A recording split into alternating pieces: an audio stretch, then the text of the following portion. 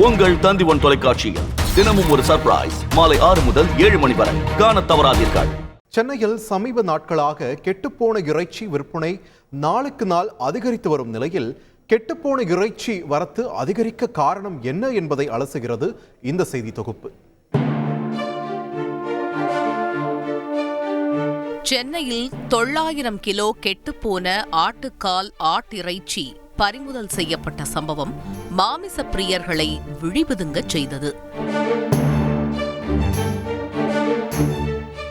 இந்நிலையில் லாப நோக்கில் செயல்படும் சில ஹோட்டல்களின் சுயநலமே இதுபோன்ற சம்பவங்களுக்கு காரணம் என தெரிய வந்துள்ளது. குறைந்த விலையில் விற்பனை செய்யப்படும் வெளிமாநில இறைச்சிகளை இடைத்தரகர்கள் மூலமாக சென்னையில் பெற்று உணவு சமைத்து ஹோட்டல்களில் நுகர்வோர்களுக்கு வழங்கி வருவது சமீப நாட்களாக அதிகரித்துள்ளது. உதாரணமாக வடமாநிலங்களில் ஆடு மலிவு விலையில் கிடைக்கும். அதேபோல அண்டை மாநிலங்களான ஆந்திரா, கேரளா போன்றவற்றில் மாடுகள் குறைவான விலையில் விற்கப்படுவதால் இறைச்சியின் விலையும் குறைவுதான். இப்படி ஆட்டிறைச்சி மற்றும் மாட்டிறைச்சிகளை சென்னைக்கு கொண்டு வந்து வெட்டி விற்பனை செய்ய மாநகராட்சியின் ஆடு தொட்டிகளையே அணுக வேண்டும் என்பதால் இறைச்சியை வெட்டிய நிலையில் ஐஸ் பெட்டியில் பதப்படுத்தி ரயில் அல்லது லாரிகள் மூலமாக தமிழகத்திற்கு கிலோ கணக்கில் வெளிமாநில இறைச்சிகள் கொண்டு வரப்படுகின்றன.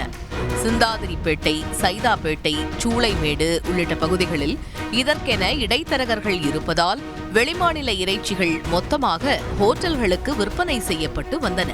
இது தொடர்பாக கிடைத்த தகவலின் பேரில் உணவு பாதுகாப்புத்துறை அதிகாரிகள் மேற்கொண்ட சோதனையில் டன் கணக்கில் கெட்டுப்போன இறைச்சிகள் பறிமுதல் செய்யப்பட்டன.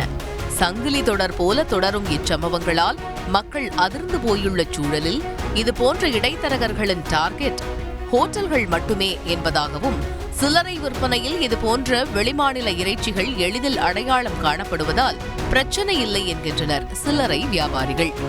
ரீட்டைல்ல போட முடியாது சார். அது சார் அந்த கலர் பார்த்தாலே ஐயோ சொல்லி போடுவாங்க சார். புது கறி வேற, பழைய கறி வேற. அந்த சீலோட வர கறி, ஃப்ரெஷ் கறி பார்த்தாலே கஸ்டமருக்கு புரிஞ்சுவாங்க. ஒரு கெட்டு போன மீன் பார்த்தா சொல்லிடுவாங்க இது மீன் கெட்டு போனது சொல்லி. அந்த மாதிரி தான் அந்த மட்டன் பார்த்தாலே கெட்டு போன மாதிரி இருக்கும். சரிதா, ஒரு வாரம் கறி எல்லாம் ஆகும், கெட்டு போன மாதிரி தான் இருக்கும். சத்து இருக்கு, அதில் உள்ள சத்து எதிர்ப்பு, நோய் எதிர்ப்பு உள்ள சத்து அதில் இருக்கு. அது போக போக போக சத்து குறைவு ஏற்படும். அதனால மறுபடியும் ஐஸில் வச்சா அந்த கறி அதோடைய ரகம் தனியாக காட்டிடும். ஃப்ரிட்ஜில் வச்சா காஞ்சி போயிடும்.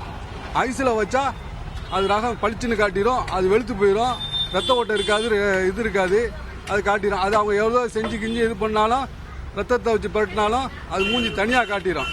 ஆனால் எக்காரணம் மட்டும் கறி பிரியர்கிட்ட மட்டும் கறியை ஏமாற்றி வியாபாரமே பண்ண முடியாது. வெளிமாநிலத்தில் இருந்து விற்பனை செய்யப்படும் ஆட்டிறைச்சிகளை குறைந்த விலைக்கு வாங்கி அதனை வைத்து தள்ளுவண்டி, சூப் கடைகளில் பயன்படுத்தப்படுவதால் எச்சரிக்கையும் அவசியம் என்கின்றனர் விற்பனையாளர்கள். இது ஒருபுறம் இருக்க, கெட்டுப்போன இறைச்சிகளை தொடர்ந்து பயன்படுத்துவதால் உடலுக்கு பல்வேறு விதமான கேடுகள் ஏற்படும் சூழல் இருப்பதாகவும் எச்சரிக்கின்றனர் மருத்துவர்கள். ஸோ இந்த மாதிரி எடுத்துக்கிறது மூலமாக என்னென்ன பாதிப்புகள் வரும்னு பார்த்தீங்கன்னா, மோஸ்ட் காமனாக வர இஷ்யூஸ் பார்த்தீங்கன்னா அந்த ஃபுட் பாய்சன், அதாவது கேஸ்ட்ரோ என்ட்ரைட்டிஸ், அதாவது குடல் சம்மந்தப்பட்ட, வயிறு சம்மந்தப்பட்ட பிரச்சனைகள். இது சிம்டம்ஸ்ன்னு பார்த்தீங்கன்னா வாமிட்டிங்கு, லூஸ் மோஷனு, சம்டைம்ஸ் அந்த சீதபேதிங்கிற பிளட் இன் ஸ்டூல்ஸ், அதாவது டயரியா, டிசென்ட்ரின்னு சொல்கிற மாதிரி விஷயங்கள் வரலாம். ஸோ இதில் யூஸ்வலாக இந்த மாதிரி சிம்டம்ஸ் வந்தால் நம்ம டாக்டரை பார்த்துடுறோம், மெடிசன்ஸ் கொடுத்துட்றோம். ஸோ அதுக்கான ட்ரீட்மெண்ட் நடந்துருது. பட் நாம் உண்ணும் ஒவ்வொன்றும் அபாயத்தை உருவாக்கி கொண்டிருக்கும் சூழலில் கடைகளில் சாப்பிடுவது அனைத்தும் தரமானதுதானா என்பதை உறுதி செய்து கொள்வதும் அவசியம். தந்தி செய்திகளுக்காக ஒளிப்பதிவாளர் பாலாஜியுடன் செய்தியாளர் தாயுமானவன். உங்கள் தந்தி1 தொலைக்காட்சியில் தினமும் ஒரு சர்ப்ரைஸ் மாலை 6 முதல் 7 மணி வரை காணத் தவறாதீர்கள்.